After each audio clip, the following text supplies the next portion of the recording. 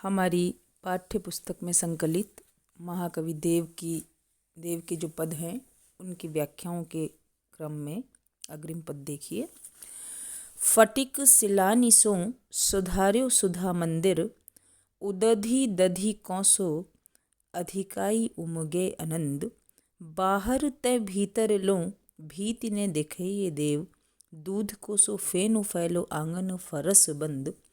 तारा सी तरुणीता में ठाड़ी झिलमिल होती, मोतिन की ज्योति मिली मल्लिका को मकरंद। आरसी से अंबर में आभासी उजारी लागे, प्यारी राधिका को प्रतिबिंब सो लगत चंद।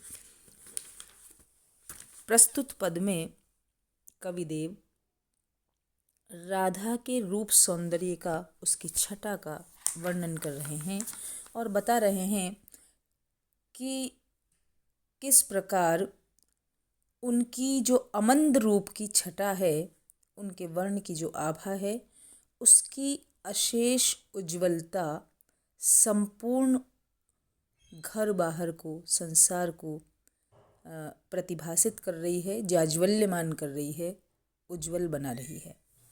देखिए, फटिक सिलानिसो सुधार्यो सुधा मंदिर।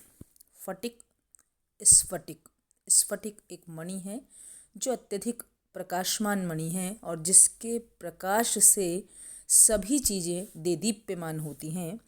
तो उस स्फटिक मणि की शिलाओं से, न केवल एक मणि है बल्कि उस मणि की शिलाओं से सुधार्यो का तात्पर्य है सुंदर बनाया गया है, अच्छा बनाया गया है।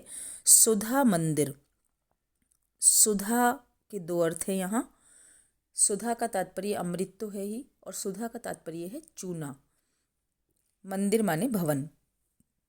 स्फटिक मणि की शिलाओं से जिस भवन को सुंदर बनाया गया है और चूने से धवल जहाँ पुताई की गई है, उदधि दधि कोसो अधिकाई उमगे अमंद। उदधि सागर, दधि यानी क्षीर, क्षीर सागर। अधिकाई का तात्पर्य है अत्यधिक, आधिक्य। उमगे उमंगित होता है अमंद, मंद कहते हैं कम को, और अमंद यानी तीव्र। तो उदधि दधि कोसो अधिकाई उमगे अमंद।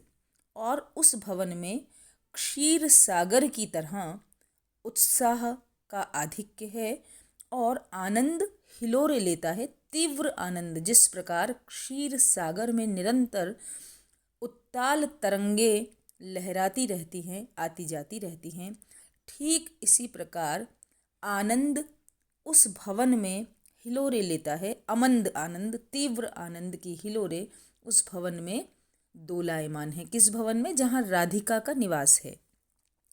बाहर ते भीतर लो भीति न दिखे ये देव, दूध को सुफेनु फेलो आंगन फरस बंद। बाहर से भीतर तक भीति न दिखे, दीवारें दिखती नहीं हैं। अर्थात दीवारों पर चूंकि स्फटिक मणि की जो शिलाएं हैं, उन शिलाओं की ज्योति ज्योतित होती रहती है, इसलिए दीवारें नहीं दिखती। और भीति का एक तात्पर्य डर भी हो सकता है कि कहीं पर भी अनुत्साह का, डर का, निराशा का कोई लेना देना नहीं है। वहाँ पर उत्साह, आनंद उमंगित होता रहता है। देव कवि कहते हैं, दूध को सो फेनु फेलो आंगन फरस बंद। फरस बंद यानी पक्के आंगन की जो सफ़ेदी है वह इस प्रकार दिखाई देती है। अर्थात पक्का आंगन और उसकी सफ़ेदी, संगमरमरी आंगन है। दूध को सो फेनु फेलो, वह आंगन ऐसा लगता है जैसे दूध का झाग चारों ओर फैल गया है। देखिए, आंगन जो पत्थर है वह पक्का होता है, लेकिन कवि की जो कल्पना देखिए कि यहाँ दूध के झाग की तरह बताया है। दूध का झाग सुकोमल, सुचिक्कण और नयन सुख देने वाला भी है, तो वह फर्श भी सुचिक्कण सा लगता है। संगमरमरी जो फर्श है, ऐसा लगता है कि दूध का झाग फैल गया है। तारा सी तरुणीता में ठाड़ी झिलमिल होती। उस भवन में, पहले भवन का चित्रण किया गया है जहाँ राधिका निवास करती है। भवन की उज्ज्वलता भी बखान करने योग्य है और उस उज्ज्वलता में चार चांद कैसे लग रहे हैं? तारा सी तरुणीता में ठाड़ी झिलमिल होती। तारा के समान, तरुणी, तरुणी के दो अर्थ हैं यहाँ। एक तो तारों का झुमका, जहाँ तारों का एक साथ समूह होता है वहाँ तारों की तरुणी कहते हैं, और तरुणी मतलब युवतियाँ। राधिका अपनी सखियों के साथ उस भवन में सुशोभित होती है, तो ठाड़ी झिलमिलाती हुई सौंदर्य से लकदक जो राधिका है वह अपनी सखियों के साथ, तारा जैसी सखियों के साथ वहाँ पर झिलमिलाती रहती है। तारा तो सारी सखियाँ हैं, चूँकि वह तो चंद्रमुखी है राधिका, और जिस प्रकार चंद्रमा के आसपास तारों के झुमके सुशोभित होते हैं, शोभायमान होते हैं, चमकते रहते हैं, ठीक उसी प्रकार राधा के आसपास तारा सी तरुणी, तारों के झुमके की तरह जो युवतियाँ हैं वह ठाड़ी झिलमिलाती रहती हैं, सुंदर लगती हैं। मोतिन की ज्योति मिली मल्लिका को मकरंद। ऐसा लगता है जैसे मोतियों की ज्योति में मल्लिका अर्थात चमेली का मकरंद अर्थात पराग मिल गया है। सारी सखियां भी राधा की तरह ही सुंदर है, और राधिका का सौंदर्य ऐसा है जैसे मोतियों की ज्योति में मोती भी चमकदार होते हैं, उनकी जो आभा है वह कभी क्षीण न होने वाली होती है। और चमेली का पराग मिल गया, चमेली का जो पुष्प है उसमें कुछ कुछ पीलापन लिए हुए होता है वह पराग के आसपास से। तो चूँकि राधिका गौर वर्ण है और उस गौर वर्ण में स्वाभाविक पीलापन जो गौर वर्ण की सुंदरता को और बढ़ा रहा है वह है, तो ऐसा लग रहा है जैसे मोतियों की ज्योति में चमेली का पराग मिल गया है। आरसी से अंबर में आभासी उजारी लगे, राधिका प्यारी राधिका को प्रतिबिंब सो लगत चंद।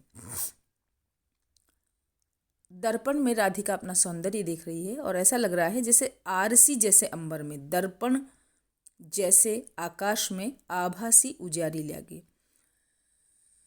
वह जो राधा है वह बहुत ही सुंदर उज्जवल लग रही है, उसके उजाले से ऐसा लग रहा है जैसे अंबर में बिजली सी चमक रही है। भवन जब वह दर्पण में देखती है मुख, तो ऐसा लगता है जैसे आकाश में बिजली सी कौंध गई है, या जैसे अंबर में भवन की आभा अत्यधिक उज्जवल लग रही है, और उस भवन में निवास करने वाली जो राधिका है उस चांद की तरह लगती है जो अंबर में निवास करता है।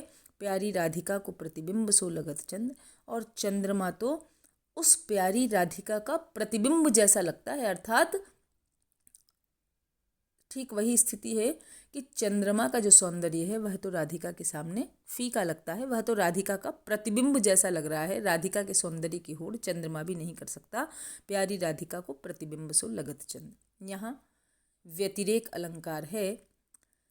उपमेय को उपमान से श्रेष्ठ बताया गया है। उपमान चंद्रमा है और उपमेय राधिका है। राधिका का जो प्रतिबिंब है वैसा चंद्रमा लग रहा है। पूरे पद में उपमा अलंकार भी है। उदधि दधि कोसो और दूध कोसो फेनु, तारा सी तरुणी, तो इन सब में उपमा अलंकार है। इसी के साथ यमक अलंकार भी है। उदधि दधि में यमक है, और श्लेष अलंकार, भीति में श्लेष अलंकार है, और साथ ही तरुणी, तारों का झुमका और युवती, यहाँ भी श्लेष अलंकार है। और कवि ने बड़े ही सुंदर तरीके से राधिका के अमंद सौंदर्य का वर्णन, उत्कृष्ट सौंदर्य का वर्णन, नेत्रों में समाने वाले सौंदर्य का वर्णन यहाँ किया है। चूँकि वह सौंदर्य कैसा है, दिग दिगंत व्यापी सौंदर्य है। अगला पद देखिए। जाके न काम न क्रोध विरोध, न लोभ छुवे नहीं क्षोभ को छाहूँ, मोह न जाहि रहे जग बाहिर, मोल जवाहिर तौ अति चाहूँ। बानी पुनीत जो देव धुनी, रस आरद सारद के गुण गाहूँ, सील ससी सविता छविता, कविता ही रचे कविता ही सराहू। देखिए, जाके न काम न क्रोध विरोध, यहाँ कवि के प्रशंसनीय गुणों के बारे में बताया है। कवि कैसा होना चाहिए, कैसा कवि सराहना को प्राप्त करता है, लोगों की प्रशंसा का पात्र होता है, या कवि में किस तरह के गुण होने चाहिए, कवि देव ने यहाँ पर उन पर प्रकाश डाला है। जाके न काम न क्रोध विरोध, जिसके मन में किसी प्रकार की काम भावना न हो, कोई कामना न हो, न क्रोध हो और न ही किसी के प्रति विरोध हो, न लोभ छुवे। लोभ तो जिसे छू भी नहीं गया हो, क्योंकि यदि लोभ में आकर कविता करे तो कविता में जो सरसता है, कविता का जो आनंद है, जो माधुर्य है और जो उसकी एक सकारात्मकता है वह खत्म हो जाएगी। इसलिए न लोभ छुवे, जिसको कोई लोभ स्पर्श भी नहीं कर गया हो, नहीं क्षोभ को छाहूं और क्षोभ की तो छाया तक भी जिस पर न पड़ी हो। मोह न जाहि, जिसको किसी प्रकार का मोह न हो, रहे जग बाहर, जो माया मोह के बंधन से परे रहता हो। मोल जवाहर तो अति चाहो, यदि ऐसे व्यक्ति का मोल जवाहरात भी है, हीरे मोती भी है, तो अति चाहो, तो भी मैं उसको अत्यधिक चाहूँगा। अर्थात वह जवाहर देकर भी यदि ऐसे कवि से मुलाकात हो तो वह सस्ता ही है, अर्थात ऐसा कवि मिलना अत्यधिक दुर्लभ है। वाणी पुनीत, जिसकी वाणी अत्यधिक पुनीत हो, अत्यधिक पवित्र हो। जो देवधुनी, किस तरह पवित्र हो, जैसे गंगा नदी, देवधुनी कहते हैं गंगा नदी को। जैसे गंगा का कलकल निनाद, उसके जल में स्नान करना मन को, तन को सभी तरह से पवित्र कर देता है, उसी तरह सरस कविता, पवित्रता से युक्त कविता रचने वाली कवि की कविता तन मन को पूरी तरह से पवित्र बना देती है। तो वाणी पुनीत जो देवधुनी, जिसकी वाणी ऐसी पवित्र हो जैसे गंगा नदी। रस आरद सारद के गुण गाहूं, और जो रस आरद, रस में आर्द्र डूबा हुआ, बड़ी सरसता से शारदा, शारद मतलब शारदा सरस्वती के गुण गाहूं, गुणगान करता हो।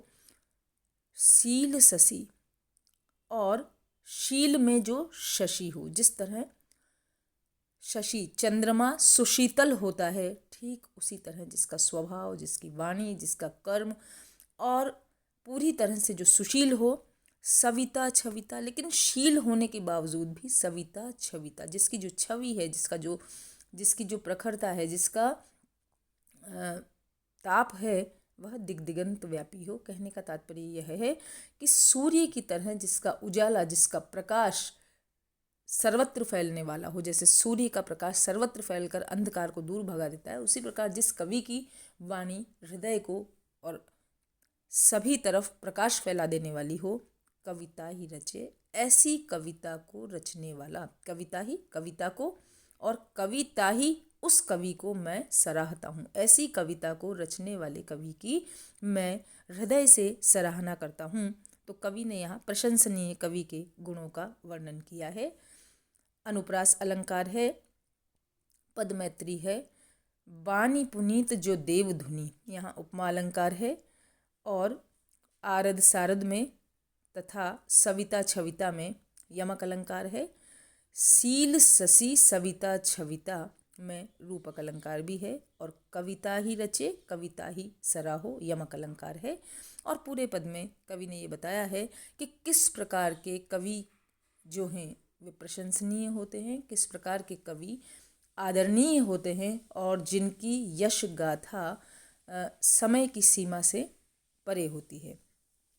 यहाँ यह बात इसलिए भी कही गई है क्योंकि जो मध्यकाल का समय था, उस समय कविगण किसी न किसी दरबार के कवि रहा करते थे, और ऐसी स्थिति में वे कई बार मोह से आवृत्त होकर, लोभ से या किसी के विरोध में कविता की रचना करते थे। तो कवि ने सिरे से उन सब चीज़ों को नकार कर कहा है कि कवि को ये सारी चीज़ें छूनी भी नहीं चाहिए।